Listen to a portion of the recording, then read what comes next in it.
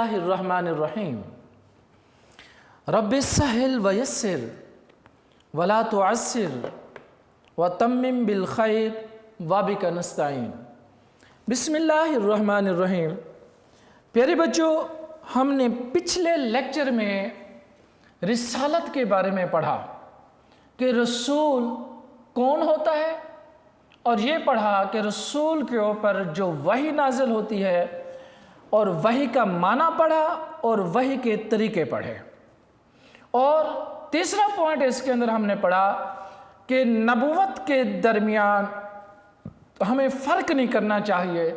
نفس نبوت میں تمام نبی برابر ہیں، لیکن درجات جو ہیں وہ مختلف ہیں۔ جیسے ہمارے پیارے نبی علیہ السلام کا درجہ تمام نبیوں سے بڑھ کر ہے، بلکہ کل قیامت والے دن لواء الحمد، یہ عظیم جھنڈا ہمارے پیارے نبی کے پاس ہوگا۔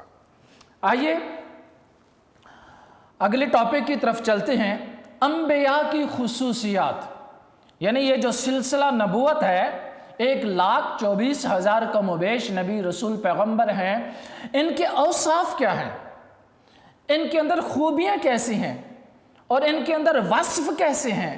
تو آج ہم یہ دیکھیں گے کہ یہ لوگ کیسے ہوتے ہیں کہ جن کو اللہ تبارک و تعالیٰ نے تاج نبوت پہنا کر اپنی مخلوق کی رہبری رہنمائی کے لیے بھیجا ہے، تو ان کا تعارف جو ہے اللہ تبارک و تعالیٰ نے کیسے کرایا ہے۔ آئیے ذرا دیکھتے ہیں انبیاء کی خصوصیات۔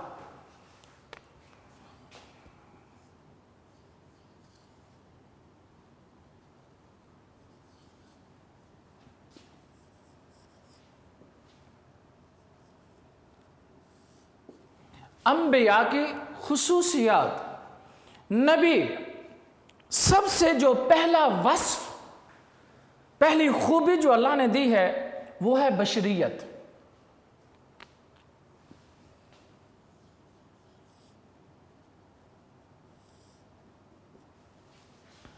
بشریت یعنی اللہ تبارک و تعالیٰ نے نبی کو بشر بنا کر دنیا پر مبعوث کیا۔ جیسے کہ میں نے پچھلے لیکچر میں یہ بات کی کہ نبی اگر فرشتہ ہوتا تو کوئی لوگ اس سے نہ علم حاصل کر سکتے اور نہ لوگ اس سے مانوس ہو سکتے تھے۔ تو اس لیے اللہ تبارک و تعالیٰ نے انسان کی تبلیغ رہبری رہنمائی کے لیے اللہ تبارک و تعالیٰ نے سلسلہ نبوت جو بھیجا وہ تمام کے تمام بشر بھیجے، تاکہ الجنس یمیل الی الجنس، جنس کو جنس کے ساتھ میلان ہوتا ہے، انسان کے ساتھ بہت جلدی قربت لیتا ہے، دوستی لگاتا ہے، اور بات کو سوچنے میں، سمجھنے میں، ہیلپ میں، بہت ساری چیزوں میں انسان سے مدد لے سکتا ہے اور محبت کرتا ہے۔ تو اس لیے اللہ تبارک و تعالیٰ نے انسان کے رہبری رہنمائی کے لیے جو نبوت کا سلسلہ ارشاد فرمایا، اس کی پہلی کڑی حضرت آدم علیہ السلام، تو اس کو لباس بشری عطا کیا۔ اللہ تبارک و تعالیٰ ارشاد فرماتا ہے وَمَا أَرْسَلْنَا مِن قَبْلِكَ إِلَّا رِجَالًا نُوحِي إِلَيْهِمْ، جتنے بھیجے ہم نے تجھ سے پہلے وہ سب مرد ہی تھے۔ مطلب کیا نکلا؟ یعنی نہ تو فرشتہ بھیجا، نہ عورت بھیجی، نہ بچے کو بھیجا، بلکہ نبوت کے لیے جو ہم نے منتخب کیا وہ صرف مرد کو ہی منتخب کیا، نہ عورت کو نبی، نہ فرشتے کو نبی، نہ کسی بچے کو نبی، بلکہ نبوت کے تاج کے لیے اللہ تبارک و تعالیٰ نے صرف انسان کو ہی مقرر فرمایا۔ اور بعض لوگوں کی یہ غلط فہمی کہ وہ کہتے ہیں کہ یہ ہمارے جیسے انسان ہیں، ہمارے جیسے ان کے معاملات ہیں، تو یہ نبی کیسے ہو گئے؟ جیسے کہ ابو جہل نے بھی ایک جاہلانہ یہ بات کی تھی کہ اے محمد صلی اللہ علیہ وآلہ وسلم، اگر نبوت آنی تھی تو صرف تیرے لیے تھی، ہم نہیں تھے۔ تو یاد رکھیں، نبوت یہ اللہ کی عطا ہے۔ اللہ جس کو چاہتا ہے تاج نبوت عطا فرماتا ہے۔ اور یاد رہے، نبی عبادات سے نہیں بنتے، ریاضات سے نہیں بنتے، ذکر و اذکار سے نہیں بنتے۔ نبی جو بنتے ہیں ذالک فضل اللہ یؤتیہ من یشاء، اللہ تعالیٰ جس کو چاہتا ہے اس کے اوپر یہ فضل فرما دیتا ہے، یعنی تاج نبوت عطا فرما دیتا ہے۔ تو اللہ تبارک و تعالیٰ ارشاد فرماتا ہے قُلْ لَوْ كَانَ فِي الْأَرْضِ مَلَائِكَةٌ يَمْشُونَ مُطْمَئِنِّينَ لَنَزَّلْنَا عَلَيْهِم مِّنَ السَّمَاءِ مَلَكًا رَسُولًا۔ تو اللہ تبارک و تعالیٰ نے اس اعتراض کا جواب دیا کہ تم کہتے ہو کہ فرشتہ ہوتا ہمیں تبلیغ کرنے کے لیے، تو اللہ تبارک و تعالیٰ فرماتا ہے وہ تمہاری جنس نہیں تھا، اگر وہ ہوتا تو تم اس سے علم حاصل نہ کر سکتے، احکامات شرع سیکھ نہ سکتے، بلکہ نبی کو تو میں نے اس لیے بھیجا وہ تم جیسا بشر بھی ہے اور تمہارے اندر رہ کر تمہیں احکامات کی تبلیغ اور پریکٹیکل طور پر وہ تمہیں کر کے بھی دکھائے گا تاکہ تمہیں کہیں بھی مقام پر مشکل نہ ہو، جیسے نماز ہے، روزہ ہے، حج ہے اور باقی معاملات سارے کے سارے ہمارے پیارے نبی علیہ السلام نے ہمیں پریکٹیکل طور پر روزہ رکھ کے بھی دکھایا، حج کر کے دکھایا، نماز پڑھ کے دکھایا، اور احکامات شرع یعنی صلہ رحمی ہو گئی، احسان ہو گیا، ہمدردی ہو گئی، ہمسایوں کے حقوق ہو گئے، والدین کے ساتھ معاملات ہو گئے، سارے کے سارے ہمارے پیارے نبی علیہ السلام نے ہمیں کچھ کر کے دکھائے اور کچھ احکامات کے ذریعے بتائے، اور ہماری یہاں پر صحیح تربیت اس لیے ہوئی کہ بتانے والے ہمیں انسان بشر نبی تھے۔ نمبر 2 امین۔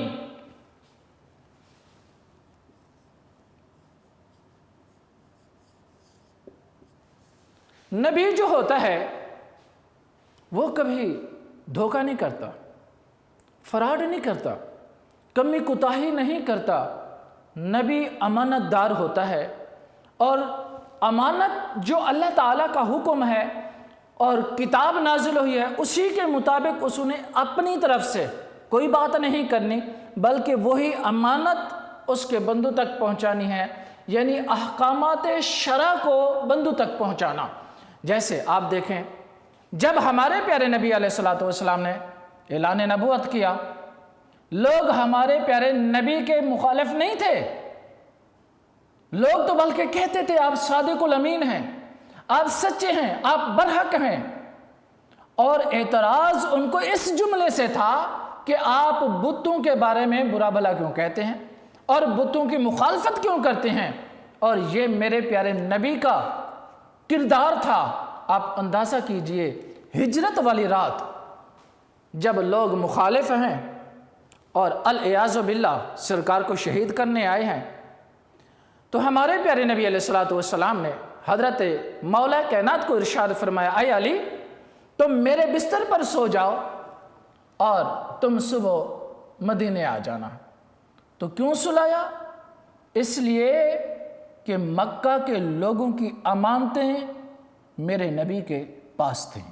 آپ اندازہ کریں وہ جان کے دشمن بھی ہو گئے تھے لیکن وہ دل سے مانتے تھے کہ یہ ہیں سچے، کردار کے سچے، گفتار کے سچے، عمل کے سچے، اور ان کا ہر عمل اللہ کے فرامین کے مطابق ہے۔ اور وہ لوگ کہتے تھے اگر آپ کہیں تو ہم آپ کو بادشاہ مان لیں، آپ کہیں تو ہم آپ کو اتنی جائیداد دے دیں کہ آپ سب سے زیادہ امیر ہو جائیں، اگر آپ چاہیں تو آپ حکم فرمائیں جہاں بھی ہم آپ کا وہاں پہ رشتہ کر دیتے ہیں۔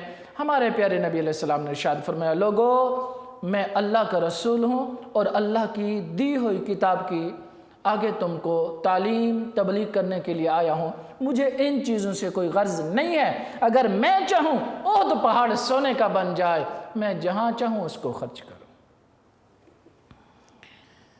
نمبر 3 تبلیغ احکام الہی۔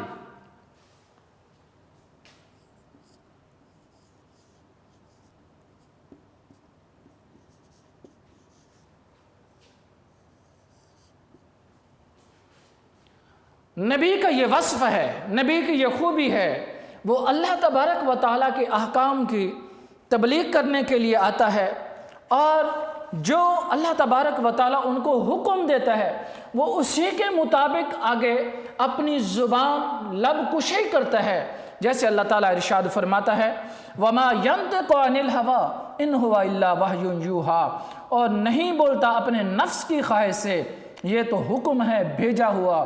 یعنی کیا مطلب؟ یعنی نبی اپنی طرف سے لب کشی نہیں کرتا، جو کچھ بولتا ہے وہ رب تبارک و تعالیٰ کے حکم کی تفسیر اور تبلیغ کرنے کے لیے ہی بولتا ہے۔ نمبر 4، معصومیت۔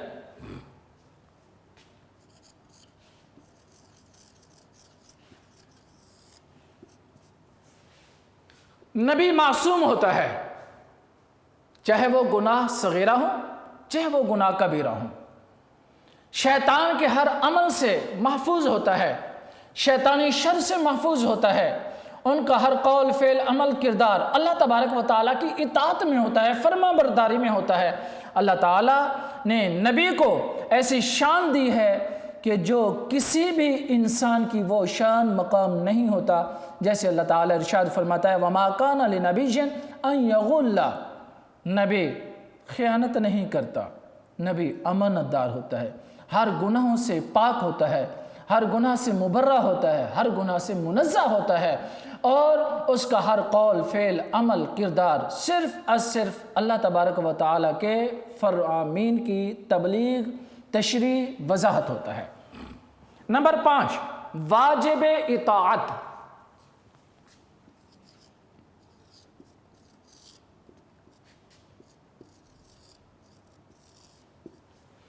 واجب اطاعت، نبی کی اطاعت امت پر واجب ہے، یعنی ضروری ہے، فرض ہے۔ اگر نبی کی اتباع تابعداری نہیں کرے گا تو اس کو ایمان نصیب نہیں ہوگا، جب تک ایمان نصیب نہیں ہوگا تو وہ انسان مسلم کہلانے کے قابل نہیں ہوگا۔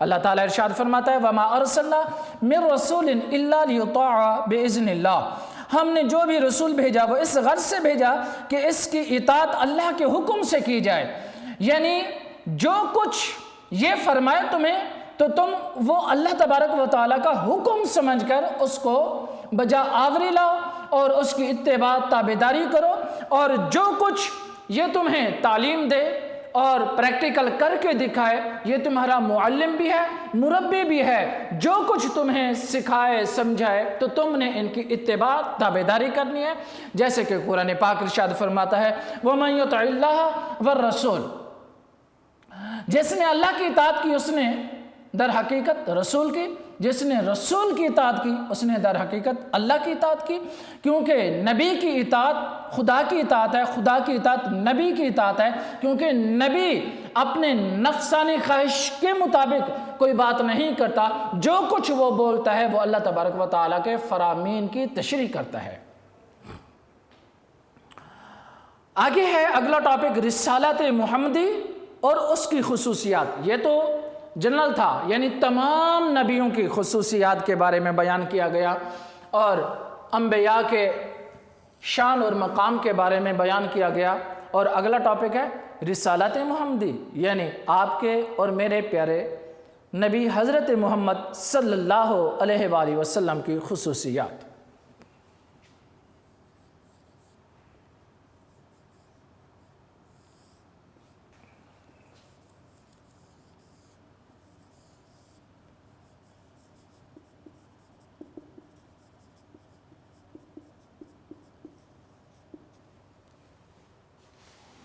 ہمارے پیارے نبی علیہ السلام سب سے آخری نبی رسول پیغمبر ہیں، جو سلسلہ نبوت حضرت آدم سے چلا تھا وہ ہمارے نبی تک آ کر مکمل ہو گیا، اور اللہ تبارک و تعالیٰ نے ہمارے پیارے نبی علیہ السلام کو بہت سارے خصائص یہ جمع ہے خصوصیات کے، اور یہ تقریباً میں نے اپنی ناقص عقل کے مطابق جو گنتی کیے ہیں وہ خصوصیات تقریباً 30+ ہیں، جو صرف اور صرف ہمارے نبی کو خصوصیات عطا ہوئیں۔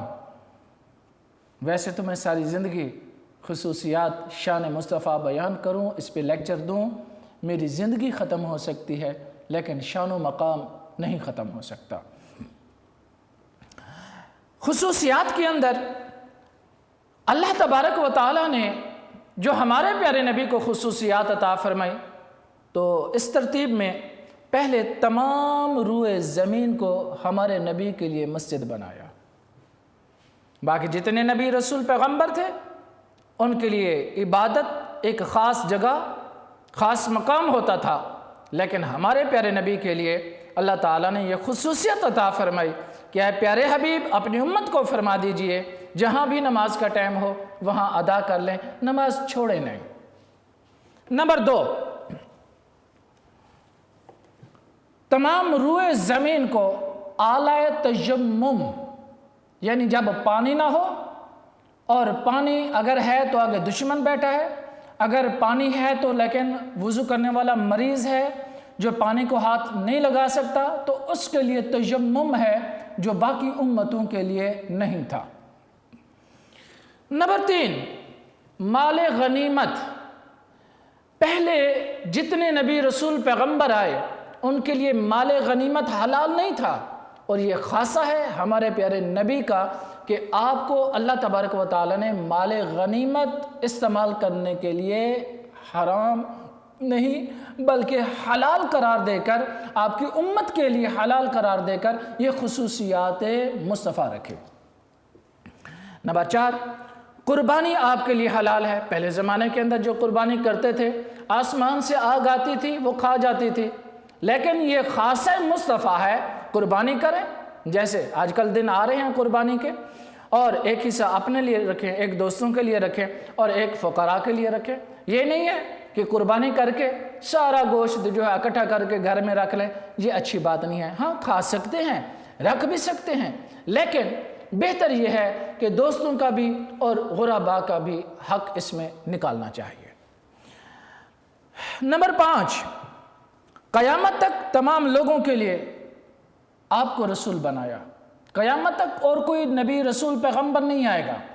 اگر کوئی بھی نبوت کا دعویٰ کرے گا تو وہ جھوٹا ہوگا، جیسے ہمارے پیارے نبی علیہ السلام نے ارشاد فرمایا، لوگوں میرے بعد 30 کذاب آئیں گے، جھوٹے ہوں گے، جو جھوٹی نبوت کا دعویٰ کریں گے، اور چند کے نام بھی ہمارے اس نوٹس نے بیان کیے ہیں۔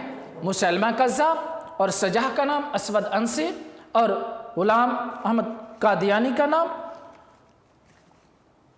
اور آگے ارشاد فرمایا نمبر 6، خاتم النبیین ہونا، یہ ہمارے نبی کا خاصہ ہے اور کسی نبی رسول پیغمبر کو یہ وصف نہیں دیا گیا۔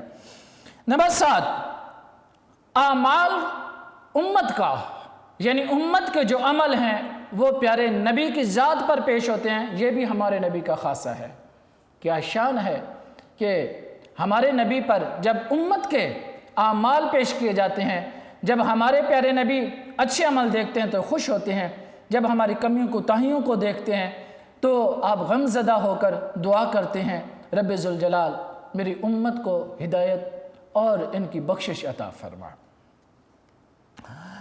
نمبر 8، کثرت امت۔ حالانکہ آپ کی ایج دیکھیں، باقی نبیوں کو دیکھیں، ہزار سال عمریں گزریں، لیکن اتنی امت اور اتنے لوگ دین میں نہ آ سکے، لیکن جتنا ہمارے پیارے نبی علیہ السلام کی تبلیغ سے لوگ دائرہ اسلام میں داخل ہوئے۔ نمبر 9، قیامت میں سب سے پہلے اٹھنا، یعنی سب سے پہلے ہمارے پیارے نبی علیہ السلام آپ اپنی قبر انور سے تشریف فرما ہوں گے، اور بعد کے اندر حضرت سیدنا صدیق اکبر، فاروق اعظم، اہل مدینہ اور بعد کے اندر باقی تمام لوگ اپنے اپنے قبروں سے اٹھیں گے۔ نمبر 10، شفاعت کبریٰ، یعنی شفاعت کا صحرا بھی صرف ہمارے پیارے نبی کے پاس ہے۔ کل قیامت والے دن سارے لوگ اکٹھے ہو کر حضرت آدم علیہ السلام سے لے کر حضرت عیسیٰ تک تمام نبیوں، رسولوں، پیغمبروں کے پاس جائیں گے، لیکن سارے کے سارے یہی کہیں گے، اذهبوا الی غیری، آج کسی اور کے پاس چلے جاؤ، آج ہم تمہارے لیے شفاعت نہیں کر سکتے۔ جب حضرت عیسیٰ علیہ السلام کے پاس جائیں گے تو وہ کہیں گے میں شفیع تو نہیں ہوں لیکن شفیع کا دروازہ بتا دیتا ہوں۔ جب ہم سارے کے سارے اکٹھے ہو کر اپنے پیارے نبی کے پاس جائیں گے، ہمارے پیارے نبی فرمائیں گے انا لہا، میں تو تمہارے لیے ہوں، تم کہاں رہے؟ کیا کمال، کیا خوبیاں، کیا شان، کیا مقام، کیا مرتبہ اللہ نے اپنے حبیب کو عطا کیا۔ نمبر 11، مقام محمود کا حصول، یہ بھی صرف ہمارے پیارے نبی کو قیامت والے دن عطا ہوگا۔ نمبر 12، تمام انبیاء سابقین کے جتنے معجزات تھے سارے کے سارے اکٹھے کر کے اللہ نے اپنے حبیب کو عطا فرما دیے۔ پہلے زمانے کے اندر جو نبی رسول پیغمبر ہوتے، کسی کو 2 معجزے، کسی کو 10 معجزے، کسی کو 5 معجزے، لیکن ہمارے نبی سر سے لے کر پاؤں تک معجزہ ہی معجزہ ہیں۔ نمبر 12، آپ کے معجزات کا سب نبیوں سے زیادہ ہونا، آپ کے معجزات سارے نبیوں کے معجزات سے زیادہ ہیں۔ نمبر 13، تمام مخلوق کی انواع کا آپ پر ایمان لانا، یعنی صرف انسان نہیں بلکہ چرند پرند جانور، بلکہ آپ اندازہ کریں جنگل کے اندر درخت بھی سلام بھیجتے، پہاڑ بھی سلام بھیجتے، اور اونٹ بھی آپ کو جانتے کہ آپ اللہ کے پاک پیغمبر ہیں۔ یہ ہمارے نبی کا خاصہ ہے اور کسی نبی کو یہ مقام نہیں ملا۔ نمبر 14، انگلیوں سے پانی کا جاری ہونا۔ حضرت جابر فرماتے ہیں جب ہمارے پیارے نبی علیہ السلام نے انگلیوں سے پانی کا چشمے نکالے تو ہم 1500 تھے، اگر 15,000 بھی ہوتے تو وہ انگلیوں سے نکلا ہوا پانی ہمیں کافی تھا۔ نمبر 15، کنکریوں کا آپ کے ہاتھ میں تسبیح کرنا۔ جب ابو جہل کنکریاں لے کے آیا تھا، کہنے لگا اگر یہ گواہی دے دیں تو سرکار نے فرمایا کنکریاں بولو، تو کنکریاں کہے اٹھی لا الہ الا اللہ، اشہد ان لا الہ الا اللہ واشہد ان محمدًا عبدہ ورسولہ۔ کیا مقام ہے میرے پیارے نبی کا۔ نمبر 16، کھجور کے تنے کا آپ کی جدائی کے لیے رونا۔ مسجد نبوی شریف ہے، ابتداء اسلام ہے، سرکار خطبہ دینے کے لیے ایسے ٹیک لگاتے تھے، سہارا لیتے تھے، اور بعد کے اندر صحابہ نے سرکار کے لیے منبر بنایا، عرض کی کہ حضور آپ اس پہ تشریف فرما ہو، تو آقا علیہ السلام جب منبر پر بیٹھے تو رونے کی آواز آئی، اور ایسا روئے حتیٰ کہ زوردار آواز شروع ہو گئی، تو پیارے نبی علیہ السلام آپ اٹھے اور اسی کھجی کے تنے کے پاس گئے۔ ارے وہ خشک حصہ میں پوچھتا ہوں، کیا درخت کے اندر عقل ہے، فہم ہے، تدبر ہے، سوچ و بچار کا ملکہ ہے؟ کچھ بھی نہیں ہے۔ یہ میرے نبی کا خاصہ ہے، اگر ایک درخت کا تنا بھی حضور سے نسبت کر جائے تو اس کو بھی اللہ تعالیٰ فہم و ادراک رونے کی سسکیوں کا عالم عطا فرما دیتا ہے۔ نمبر 17، آپ کی شریعت پچھلی تمام شریعت کا ناسخ ہے، یعنی جتنی شریعت آئیں، نبی رسول پیغمبر ہے، سب کی شریعت کو منسوخ کر دیا، اور ہمارے پیارے نبی علیہ السلام قیامت والے دن لواء الحمد جھنڈا آپ کے ہاتھ میں ہوگا۔ نمبر 21، سارے نبیوں کا قائد میرے آقا ہوں گے۔ اور نمبر 22، سب سے پہلے جنت میں میرے آقا داخل ہوں گے، اور شب اسرا کی امامت میرے نبی کا خاصہ، اور قیامت والے دن سب نبیوں پر گواہی میرے پیارے آقا علیہ السلام دیں گے، اور وحی کے لیے کوئی خاص جگہ مقرر نہیں تھی، جہاں میرے آقا ہوتے تھے وہاں پر وحی کا نزول ہونا، اور اللہ کا دیدار آپ کو نصیب ہونا، اور آخری پوائنٹ اللہ تبارک و تعالیٰ کا محبوب ہونا۔ یہ تو وہ پوائنٹ تھے جو میں نے اپنے ناقص عقل کے مطابق اکٹھے کیے۔ آئیے ہم دیکھتے ہیں کہ ہمارے اس سلیبس کی بک نے کون کون سے پوائنٹس، خصوصیات کو ذکر کیا۔ سب سے پہلے عمومیت،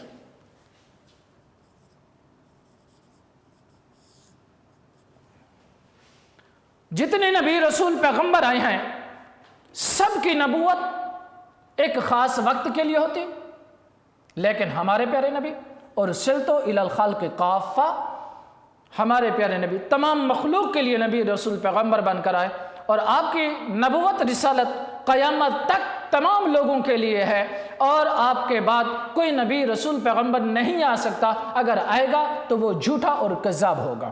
اللہ تعالیٰ ارشاد فرماتا ہے قل یا ایھا الناس انی رسول اللہ الیکم جمیعا، اے محمد صلی اللہ علیہ وآلہ وسلم آپ کہو اے لوگو میں رسول ہوں اللہ تبارک و تعالیٰ کا اور تم سب کی طرف۔ یہ نہیں ہے کسی ایک قبیلے کے لیے، کسی ایک قوم کے لیے، کسی ایک کاسٹ کے لیے، کسی ایک جگہ کے لیے نہیں، بلکہ ساری کائنات عالمین کے لیے۔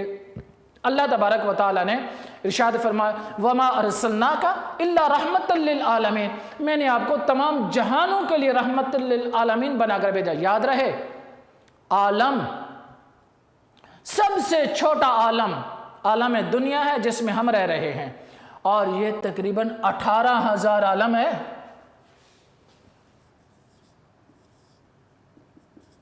اور شرح نبراس نے 81,000 عالم لکھا ہے۔ جتنے بھی عالم ہیں میرے نبی سارے عالمین کے لیے نبی رسول پیغمبر ہیں۔ نمبر 2، پہلی شریعتوں کا نسخ، یعنی پہلی جتنی شریعتیں آئیں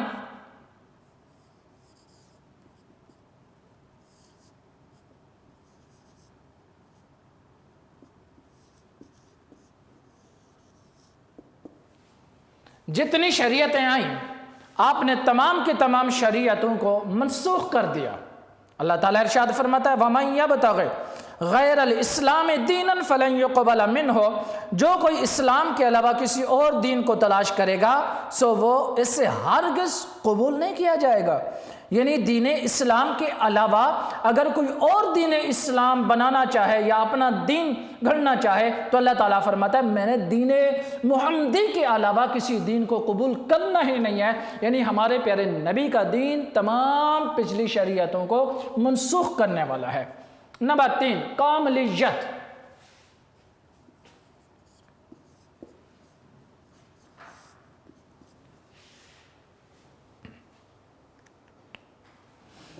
اللہ تبارک و تعالیٰ نے آپ کو جو دین عطا فرمایا یہ کامل اور اکمل ہے، اور اس کے اندر کسی بھی قسم کی کوئی کمی اور کوتاہی نہیں رکھی، بلکہ صحابہ کرام ارشاد فرماتے ہیں اگر ہماری رسی بھی گم ہو جائے تو ہم وہ بھی قرآن پاک کے اندر ڈھونڈیں گے۔ آپ اندازہ کریں رسی کا اور اس کا تقابل کریں تو اس کی مثال ہی نہیں بن سکتی، لیکن یہاں پر یعنی علم کی اتنی اور دین کی تکمیل کو اس انداز میں انہوں نے بیان کیا کہ اگر ہماری رسی بھی گم ہو تو وہ بھی ہم قرآن پاک کی تفسیر تشریح کے اندر سے ڈھونڈیں گے، کیونکہ دین اتنا مکمل دین ہے۔ اللہ تعالیٰ ارشاد فرماتا ہے الیوم اکملت لکم دینکم واتممت علیکم نعمتی ورضیت لکم الاسلام دینا، کہ آج میں نے تمہارے لیے تمہارا دین مکمل کر دیا۔ اور اگلا جملہ اللہ تعالیٰ فرماتا ہے واتممت علیکم نعمتی، میں نے نعمت تمام کر دی تم پر، یعنی دین اسلام یہ اللہ کی نعمت ہے۔ جب اللہ تعالیٰ نے نعمت عطا فرما دی ہے اور باقی کسی بھی دین کو آج کوئی بھی اگر قبول کرنے کی اختیار کرنے کی کوشش کرے تو یاد رکھ لیں وہ مسلم نہیں ہوگا، وہ دین اسلام کے خلاف اور کافر ہوگا، مشرک ہوگا، مرتد ہوگا، بے ایمان ہوگا، وہ مسلم نہیں ہوگا۔ اللہ تعالیٰ ارشاد فرماتا ہے وَرَضِيتُ لَكُمُ الْإِسْلَامَ دِينًا، میں نے تمہارے لیے دین اسلام کو تمہارے لیے دین پسند کیا ہے۔ یہ تو ہم مقدر والے انسان ہیں کہ ہمارے لیے دین بھی وہی ہے جو اللہ کی نعمت ہے، جو اللہ تبارک و تعالیٰ کی خوشنودی ہے۔ یہ سارا کچھ ملا ہے پیارے نبی حضرت محمد صلی اللہ علیہ وآلہ وسلم کے صدقے سے۔ نمبر 4، حفاظت کتاب۔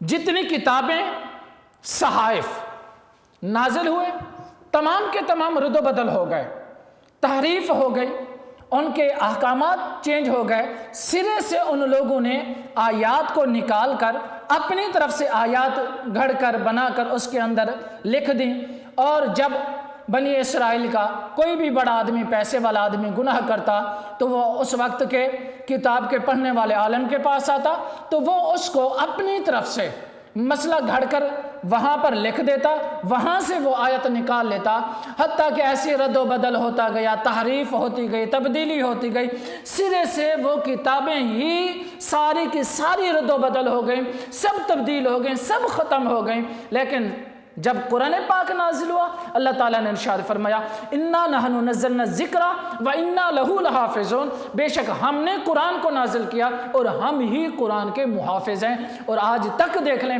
نہ کسی زبر زیر پیش کی کبھی غلطی آئی ہے، کمی کوتاہی آئی ہے، نہ کوئی اس کو تحریف کر سکا ہے، نہ کوئی آیات تبدیل کر سکا ہے، اس لیے اس کا محافظ خود اللہ ہے۔ نمبر 5، سنت نبوی کی حفاظت۔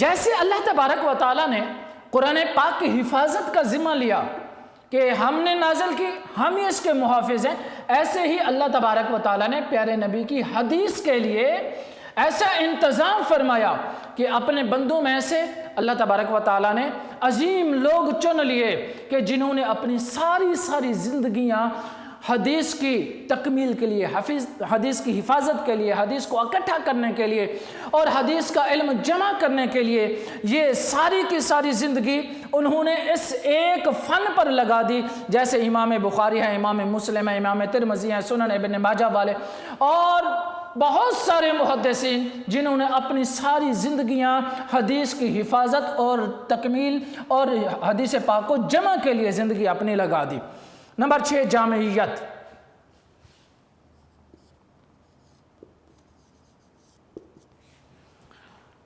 جامعیت، پہلے نبی رسول پیغمبر آئے وہ کسی خاص قوم اور دور کے لیے ہوتے تھے، لیکن ہمارے پیارے نبی علیہ الصلوۃ والسلام، آپ کی تعلیم، آپ کی نبوت، آپ کی رسالت یہ ایسی جامع ہے کہ یہ قیامت تک آنے والے تمام دور کے لیے، تمام وقت کے لیے یہ کافی ہے اور جامع ہے۔ ہر کتاب کا ولا رطب ولا یابس الا فی کتاب مبین، ہر تر اور خشک چیز جو بھی ہے اللہ تبارک و تعالیٰ نے اس کے اندر ذکر کیا۔ اس لیے یہ دین ہمارا پیارا جو دین ہے اس کے اندر جامعیت ہے، اور اس کے اندر اللہ تبارک و تعالیٰ نے ایسی جامعیت رکھی ہے کہ تمام مسائل کا حل اللہ تبارک و تعالیٰ نے قرآن اور حدیث کے اندر رکھا۔ آگے ہمہ گیری۔ نمبر 7،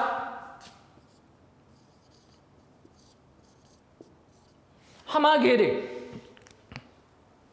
ہمارے پیارے نبی علیہ الصلوۃ والسلام کی تعلیمات صرف نظری نہیں تھے بلکہ عملی تھے۔ ہمارے پیارے نبی علیہ الصلوۃ والسلام نے عمل کر کے دکھایا، کردار کر کے دکھایا۔ آپ اندازہ کریں، آپ کے گھر کی زندگی کو دیکھیں، آپ بہترین خامد کی صورت میں ہیں۔ آپ کی مسجد نبوی کے خطبے والی زندگی کو دیکھیں تو آپ بہترین خطیب اور مبلغ ہیں۔